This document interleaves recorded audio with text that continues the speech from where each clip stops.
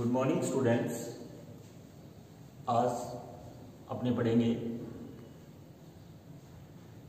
Poem portion का first poem है हमारी ए लेक्चर अपॉन द शैडो। ठीक है, जॉन डन के द्वारा लिखी गई पोएम है। इस पोएम के अंदर कहा जाता है कि वो अपने बिलव को जो है संबोधन दे रहे हैं या कुछ बोल रहे हैं, कुछ समझा रहे हैं उन्हें लव की फिलॉसफी के बारे में। तो सबसे पहले इस पोएम को समझने से पहले अपने जॉन डन के बारे में जानते हैं। जॉन डन हमारी फर्स्ट पोएम के पोएट जो है, इनका बर्थ जो है 1572 में हुआ और इनकी डेथ 1631 में हुई। ठीक है, जॉन डन जो है इंग्लिश लिटरेचर के अंदर एक बहुत ही फेमस नाम है। इन्हें जो है मेटा फिजिकल पोइट के रूप में जाना जाता है। मेटाफिजिकल पोएट्री इन्होंने लिखी। ठीक है, मेटाफिजिकल एक टर्म है इंग्लिश लिटरेचर की। अगर अपने कुछ राइटिंग करते हैं तो उसके अंदर अलग अलग टर्म्स होती है, तो उसके अंदर मेटाफिजिकल टर्म है, जो अपने टर्म्स टॉपिक के अंदर इसको आगे पढ़ेंगे। तो मेटाफिजिकल क्या है कि मेटा यानी कि बियॉन्ड, यानी कि आगे, फिजिकल यानी कि जो सांसारिक दुनिया है उससे, यानी कि जो सांसारिक दुनिया है उससे आगे सोच करके जो है ये जॉन डन जो है वो लिखते थे। मेटाफिजिकल जो भी राइटर्स हैं, पोइट्स हैं, वो क्या है कि अलग इस सांसारिक दुनिया से अलग सोच करके कुछ लिखते हैं। ठीक है, तो ये होता है मेटाफिजिकल टर्म। तो इसे यहां पर जो ये पोएम जो है जॉन डन की फेमस पोएम है, और इस पोएम के अंदर उन्होंने क्या समझाया है उसके बारे में पहले हमने, ये जो है पोएम का टेक्स्ट है इसको 2 पार्ट्स में डिवाइड कर दिया है। फर्स्ट मैंने यहां लिखा है, यहां पर ए लेक्चर अपॉन द शैडो। ठीक है, जैसे इसके नाम से इसको समझे, लेक्चर यानी कि व्याख्यान देना, शैडो यानी कि परछाई। ठीक है, शैडो यानी परछाई, लेक्चर यानी कि व्याख्यान देना, उसको बताना। ठीक है, यानी कि जॉन डन जो है अपनी बिलव्ड को इस पोएम के माध्यम से जो है वो बताना चाहते हैं, उनको संबोधित कर रहे हैं, उनको लेक्चर दे रहे हैं शैडोज के ऊपर, यानी कि लव की फिलोसफी को जो वो बता रहे हैं वो किसके द्वारा बता रहे हैं, वो जो है शैडोज के द्वारा बता रहे हैं। ठीक है, ये चीज हमें इस पढ़ने के लिए मिलेगी। यहां पर जो है सबसे पहले इसकी थीम की बात हमने की, ए लेक्चर अपॉन द शैडो में क्या है, मेन थीम क्या है इसकी मेन थीम यही है कि जॉन डन जो है अपनी बिलव को, कहा जाता है कि ये पोएम जो है उन्होंने अपनी फर्स्ट वेडिंग एनिवर्सरी पर जो है अपनी बिलव्ड के लिए इसको लिखा था। ठीक है, तो यहाँ पर हम इसको पढ़ते हैं। तो उन्होंने क्या किया है, जॉन डन ने ए लेक्चर अपॉन द शैडो में लव की फिलोसफी के बारे में अपनी बिलव्ड को बताया है। मेन बात इसके अंदर ये। ठीक है, दूसरा उन्होंने इस चीज को किस तरीके से डिस्क्राइब किया है वो अपने पढ़ते हैं। ठीक है, शैडो जैसे इसके नाम से पता चल रहा है परछाई, तो यहाँ पर इन्होंने जो है 3 तरीके की 3 काइंड्स ऑफ शैडोज का जो है वो जिक्र किया है, उन्होंने बताया है। सबसे पहले उन्होंने क्या बताया है, मॉर्निंग शैडोज के बारे में बताया है, उसके बाद में नून, और फिर आफ्टरनून या पास्ट नून लिख सकते हैं अपने, पास्ट नून के बारे में इन्होंने बताया। ठीक है, यहां पर उन्होंने किस तरीके से समझाया है इस बात को आपको पहले समझना है, जिससे कि अपनी पोएम जो है आसानी से हमें समझ में आ जाए। ठीक है, बहुत ही इंपॉर्टेंट पोएम है, इसमें से जो है क्वेश्चन पुट होता है। और यहाँ पर जो है सबसे पहले उन्होंने जो है अपनी बिलव्ड को संबोधन करते हुए, लेक्चर देते हुए उनको बोला है, ठीक है, कि आप क्या करो, रुको। ठीक है, स्थिर खड़े रहो। उन्होंने कहा भी आप रुको और मैं आपको जो है एक लव की फिलोसफी के बारे में, लव के बारे में जो है आपको क्या दूंगा, एक लेक्चर दूंगा, कुछ बातें आपको उसके बारे में बताऊंगा। ठीक है, और उन बातों को उन्होंने समझाया है। किस तरीके से समझाया है? उन्होंने इस पोएम के अंदर शैडोज को जो है कितने भागों में डिवाइड कर दिया है? 3 भागों में डिवाइड किया है। First of morning shadows, second noon और थर्ड पास्ट। ठीक है, इसकी थीम को मैं यहाँ पे आपको समझा देता हूँ, वो आप समझेंगे, उसके बाद में इसको रीड करेंगे। यहाँ पर जो है वो कहते हैं, जॉन डन कहते हैं कि 3 तरीके की जो है शैडोज होती है। ठीक है, स्टार्टिंग में वो कहते हैं कि जैसे अपने यहाँ पे साथ चले घूमे, यानी कि जो भी अपने साथ में रहे, इस दौरान हमारे पास में 2 परछाइयां बनी। ठीक है, यहाँ पे वो आगे बताते हैं कि हमारी लाइफ के अंदर जो है लव की फिलोसफी के अंदर उसने डिवाइड किया है कि हमारे पास 3 तरीके की शैडोज हैं। ठीक है, फर्स्ट ऑफ शैडोज कौन सी है? Morning shadows. मॉर्निंग शैडोज यानी कि जब हमारा लव जो है, जब हमारा प्रेम जो है वो स्टार्टिंग एज में था, यानी जब स्टार्ट हुआ था, जब हम मिले थे शुरुआत के अंदर, उस वक्त हमारे सामने जो भी समस्याएं आई, जो भी बाधाएं आई, तो वो क्या थी? एक हमारे जैसे सुबह के समय सामने की तरफ जो परछाई होती है उसको सेंस में लेकर के उन्होंने बोला है। तो उस तरीके से जो हमारे सामने समस्याएं आई, जिसको हमने क्या किया? खुद प्रोड्यूस्ड किया, खुद बनाया। ठीक है, उसको हमने क्या किया? धीरे धीरे उन परछाइयों, जो समस्याएं थी, उन प्रॉब्लम्स को हमने क्या कर लिया? हल कर लिया, सॉल्व कर लिया हमने उस चीजों को, उनको हटा दिया। ठीक है, जिससे क्या हुआ? जो भी समस्याएं थी वो हट गई और हम कौन सी अवस्था में पहुंच गए? हम लव के हाईएस्ट डिग्री में पहुंच गए, हम उच्चतम स्तर पर पहुंच गए। ठीक है, यानी कि पहले कौन सी अवस्था, कौन सी शैडो बताई उन्होंने? मॉर्निंग शैडो बताई। ठीक है, उस वक्त सामने की तरफ परछाई, यानी कि 3 परछाइयों के बारे में उन्होंने बताया है। कौन कौन सी? मॉर्निंग के समय उन्होंने आगे की तरफ बनने वाली परछाई के बारे में बताया। नून यानी दोपहर के समय बिल्कुल परछाई गायब हो जाती है, पैरों के नीचे आ जाती है, उसके बारे में बताया। और लास्ट उन्होंने पीछे की तरफ बनने वाली परछाई के बारे में बताया, आफ्टरनून। ठीक है, तो यहाँ पर उन्होंने सबसे पहले मॉर्निंग शैडोज के बारे में बताया कि जो भी बाधाएं थी हमारे सामने, जो हमारे सामने जो आई थी, उनको हमने क्या किया? फेस किया, और फिर हमने जो है हमारा प्रेम कहाँ पे पहुंच गया? उच्चतम स्तर पर पहुंच गया। उच्चतम स्तर पर पहुंचने का मतलब है कि सारी परछाइयां जो थी, बाधाएं जो थी, प्रॉब्लम्स थी, वो सब क्या है? खत्म हो गई। ठीक है, अब नेक्स्ट यहाँ पे वो बताते हैं कि यहाँ पर जब हमारा प्रेम जो है उच्चतम स्तर पर पहुंच गया, अगर वो वहां पर तभी तक रह सकता है जब तक हमारे बीच में क्या नहीं आ जाएगी? कोई भी प्रॉब्लम्स नहीं आ जाएगी, कोई भी मतभेद नहीं आ जाएंगे। ठीक है, आगे कहते हैं कि अगर हमारे पास हम यहाँ पर एक दूसरे को इग्नोर करने लग जाएंगे, या जैसे जैसे युवा अवस्था जो है खत्म होती जाएगी, वैसे वैसे हमारा प्रेम जो है अगर कम होता जाएगा, तो उस कंडीशन में क्या रह पाएगा? हमारा प्रेम जो है यहाँ पे हाईएस्ट स्तर पर, हाईएस्ट डिग्री पर नहीं रह पाएगा।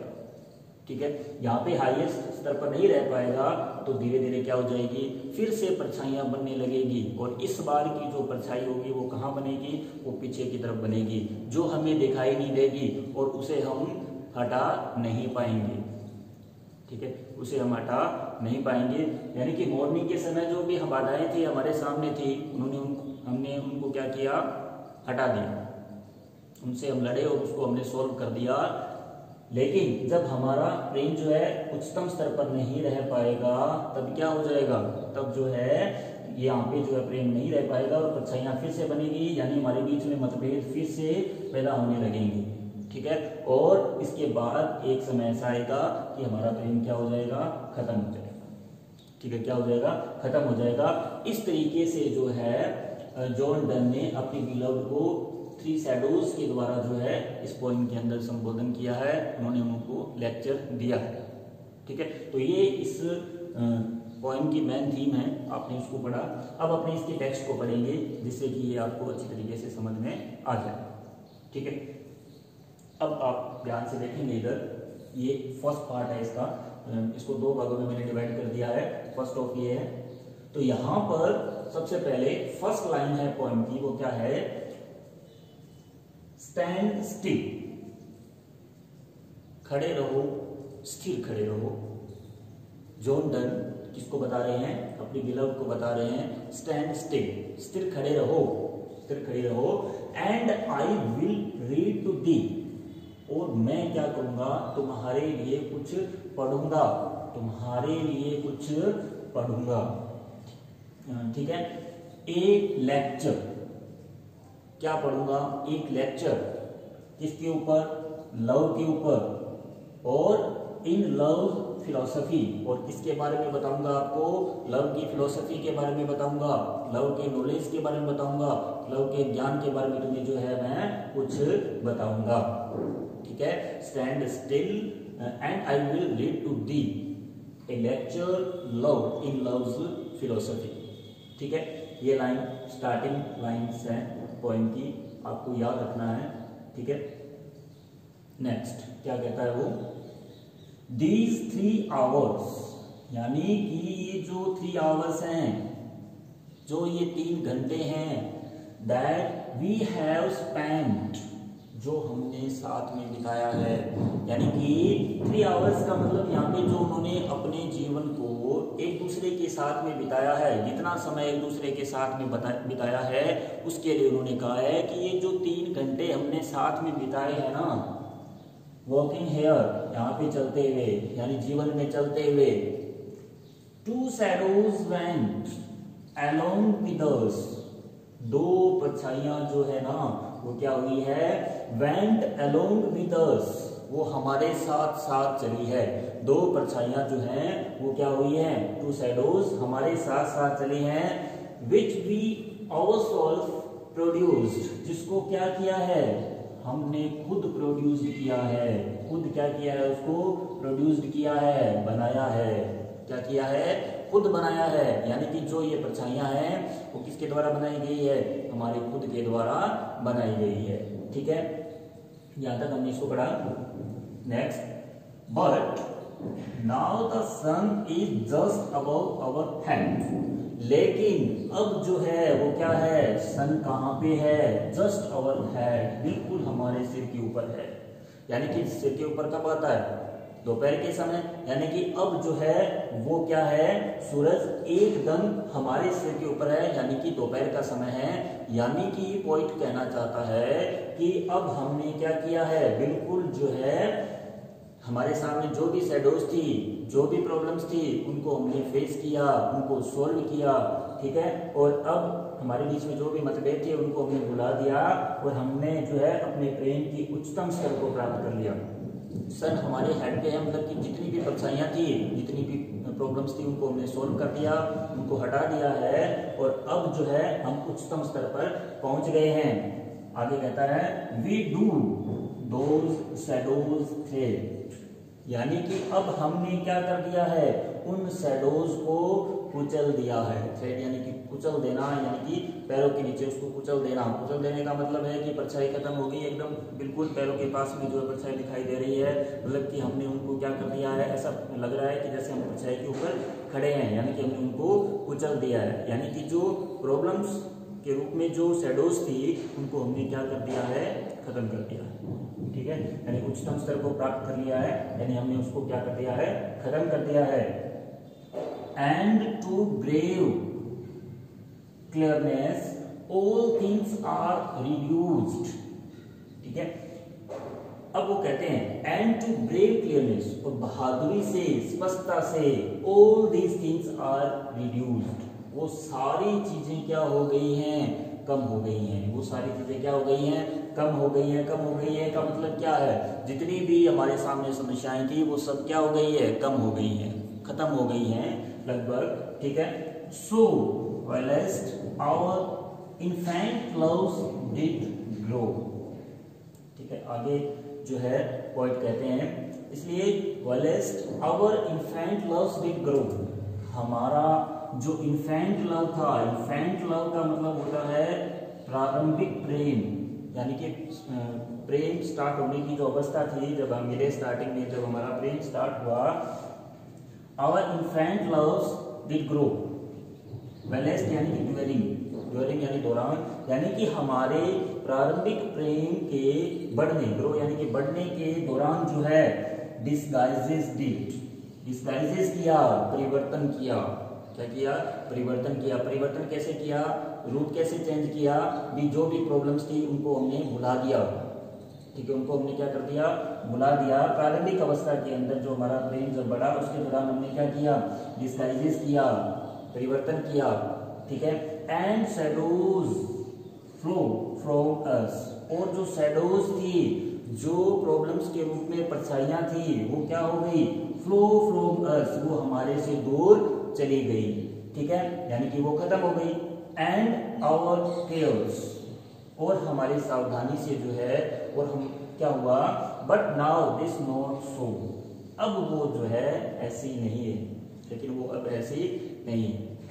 मतलब ये कि हमने हमारा जो प्रारंभिक इन्फेंट लव था वो बढ़ने के दौरान क्या क्या हुआ, डिस्गाइजेज में परिवर्तन हुए, ठीक है, परछाइयां हमसे दूर चली गई, ठीक है, सावधानी से केयर से कैच किया हमने एक दूसरे के बारे में, but now this not so, लेकिन अब ऐसा नहीं। अब कब ऐसा नहीं है, जब हम क्या नहीं करेंगे, आगे सुनो, that love has not attend the highest degree, वो जो लव जो है ना, has not attend the highest degree, उसने वो जो है अपने हाईएस्ट डिग्री को, उच्चतम स्तर को प्राप्त नहीं करेगा, नहीं कर चुका है। Has not attend the highest degree, उसने अपने हाईएस्ट डिग्री को प्राप्त नहीं किया है। विच इज स्टिल डेलिजेंट, डेलिजेंट यानी कि हार्ड वर्क, परिश्रम करना, मेहनत करना, लेस अदर्स सी, अगर कोई विच इज स्टिल, जो क्या सोच रहा है, अभी भी क्या सोच रहा है, डेलिजेंट, हार्ड वर्क कर रहा है, लेस अदर्स सी, कि किसी दूसरे को पता न चल जाए। यहाँ पे थोड़ा सा ध्यान से देखेंगे इसको। इन्होंने ये कहा है कि स्टार्टिंग में जो हमारा इन्फेंट लव हुआ था, बड़ा था, उसके दौरान क्या हुआ, हमने बहुत सारे परिवर्तन किए, यानी कि हमारे बीच में जो भी मतभेद थे उसको हमने क्या किया, दूर किया। And shadows flow from us, वो शैडोज जो थी वो हमसे क्या हो गई, दूर चली गई, यानी जो भी समस्याएं थी वो चली गई, ठीक है, हमने केयर किया। But now this not so, लेकिन अब वैसा नहीं है। अब ऐसा कब नहीं है, अगर हम एक दूसरे को केयर नहीं करेंगे, अगर हम उसको छोड़ देंगे। आगे वो कहता है कि that love has not attend, वह प्रेम जो है वो अपने उच्चतम स्तर पर नहीं पहुंचा है, नहीं पहुंच चुका है।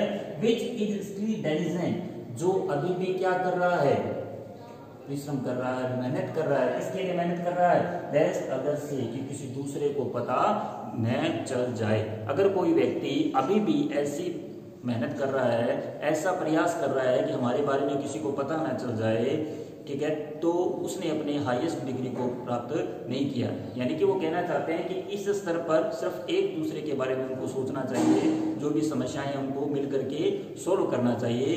लेकिन जो व्यक्ति ये सोचता है कि समाज के बारे में या इस तरीके से जो है दूसरे लोगों के कहे पर चल करके अपने बीच में जो मतभेद ला रहा है, उसके लिए वो कह रहे हैं कि इससे उन्होंने अपने प्रेम के उच्चतम स्तर को प्राप्त नहीं किया है, ठीक है। तो ये हमने इसका फर्स्ट पार्ट पढ़ा है, इसको दोबारा रीडिंग देंगे आप पढ़ करके, फिर अपने नेक्स्ट पार्ट जो है इसका करेंगे।